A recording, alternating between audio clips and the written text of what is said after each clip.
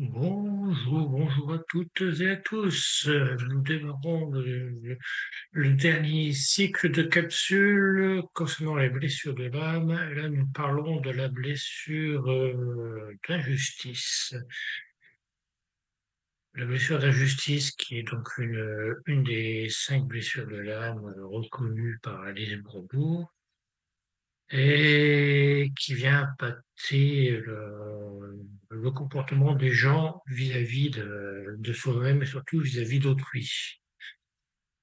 Cette blessure cause de la douleur, beaucoup de douleur, du fait où il y a de la frustration pour se protéger. Et on peut adopter des comportements pour gérer cette blessure qui peuvent être néfastes pour nous comme pour les autres.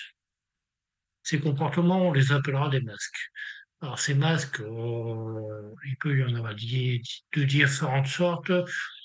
On a identifié par exemple le masque de colère. C'est un masque si on trouve juste une situation, une émotion, une situation, une personne, on peut se mettre en colère, devenir agressif, voire très agressif. C'est un mécanisme de défense qui a posé ses limites et cacher sa douleur aux autres. Il y a un autre masque qui est mis en lumière aussi avec cette blessure, c'est le masque de la victime. En fait, la personne peut vouloir se faire passer pour une victime pour attirer l'attention, obtenir de l'empathie ou tout simplement parce qu'elle a besoin d'aide. Elle a oublié que le dicton aide-toi si elle t'aidera. C'est avant tout nous qui devons nous aider et ne pas chercher à l'extérieur ce que nous avons déjà à l'intérieur. Elle peut se présenter comme étant quelqu'un d'impuissant, de démuni. Elle va chercher à l'extérieur donc ce qu'elle a à l'intérieur. On va chercher à l'extérieur de l'aide, du soutien. Pour elle, il lui faut un sauveur. Pour sortir de la situation, on entre dans ce cas-là dans le fameux triangle de Karpman, sauveur, victime et bourreau, à chacun son tour.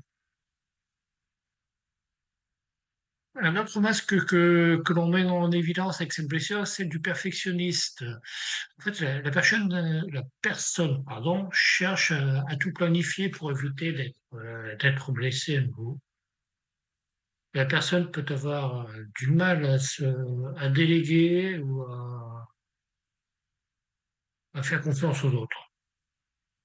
On en revient toujours au même problème, au chef d'entreprise qui refuse de déléguer aux autres parce qu'il a peur que les autres fassent des bêtises, alors qu'il peut pas tout faire. C'est impossible. Si on veut que le travail soit fait correctement dans les règles de l'art, il faut déléguer. Un autre masque qui est mis en évidence est celui du désengagement émotionnel. En fait, la personne, tout comme une personne qui est victime de de la blessure de rejet, va se couper de ses émotions, pour éviter de ressentir de la douleur, de la tristesse. La personne va paraître froide dans dans ce souci, surtout de ne pas blesser les autres et ne pas se blesser elle-même. Le dernier masque que l'on peut mettre en évidence est celui du revanchard. En fait, la personne va chercher à se venger, euh, pour, en fait, pour asseoir sa position, pour sortir de sa position de victime. Elle va, elle va essayer de faire comprendre aux autres que leurs méfaits lui font du mal ou lui ont fait du mal. Et donc, elle risque de faire des choses incorrectes aux autres, à se venger tout simplement. La personne qui porte ces masques pour se protéger En fait, elle évite de souffrir, elle évite de par ce masque, elle essaye d'éviter de souffrir, elle essaye d'éviter d'être de nouveau victime d'injustice, parce elle a ressenti cette blessure au plus profond d'elle-même qui, elle s'est rentrée qu'une elle. Mais porter en fait un masque ne permet pas de guérir sa blessure.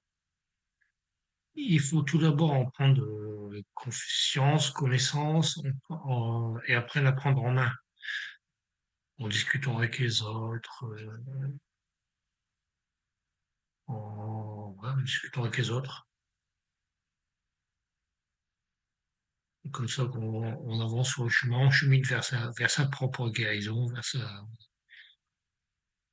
vers sa guérison tout